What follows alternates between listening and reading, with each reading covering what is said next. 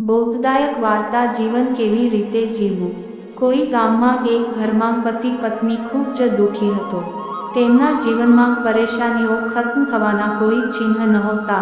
હવે તેને લાગવા માંડ્યું કે જીવનભર તેને ક્યારેય સુખ નહીં મળે। એક ગામમાં એક પતિ પત્ની રહેતા હતા જેમના જીવનમાં ઘણું દુઃખ હતું। તેમના જીવનમાં સમસ્યાઓનો અંત આવતો ન હતો। તે લોકોને લાગવા માંડ્યું કે તેમના જીવનમાં ક્યારેય સુખ નહીં આવે। તેણે દેવી દેવતાઓની પૂજા કરી, ઘણા મંદિરોની મુલાકાત લીધી અને પ્રાર્થના કરી, પરંતુ તેમ છતાં તેને સકારાત્મક પરિણામ નહોતું મળતું। એક દિવસ તે તેમની સમસ્યાને લઈને એક પ્રસિદ્ધ સંતની પાસે પહોંચ્યા। પતિ પત્નીએ સંતને તેમની સમસ્યા વિશે જણાવ્યું। સંત તેમની પરેશાની સાંભળીને ત્યાંથી ઊભો થઈને પોતાના રૂમમાં ગયો। તેઓએ એક થાંભલો પકડી લીધો અને જોરથી બૂમો પાડવા લાગ્યા।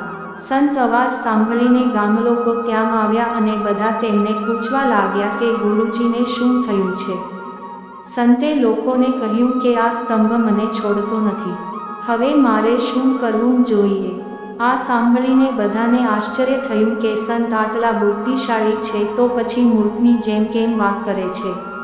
લોકોએ સંતને કહ્યું કે થાંભલો તમને નથી પકડી રહ્યો, પરંતુ તમે થાંભલાને પકડી રહ્યા છો।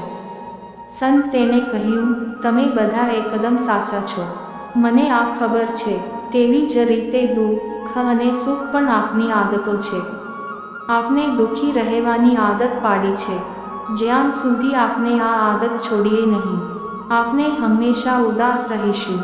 સંતની વાત પતિ પત્ની સમજી ગયા અને વિચાર્યું કે હવેથી જીવન સકારાત્મક રીતે જીવશે। આમ કરવાથી એક દિવસ તેમના જીવનમાંથી દુઃખનો અંત આવ્યો।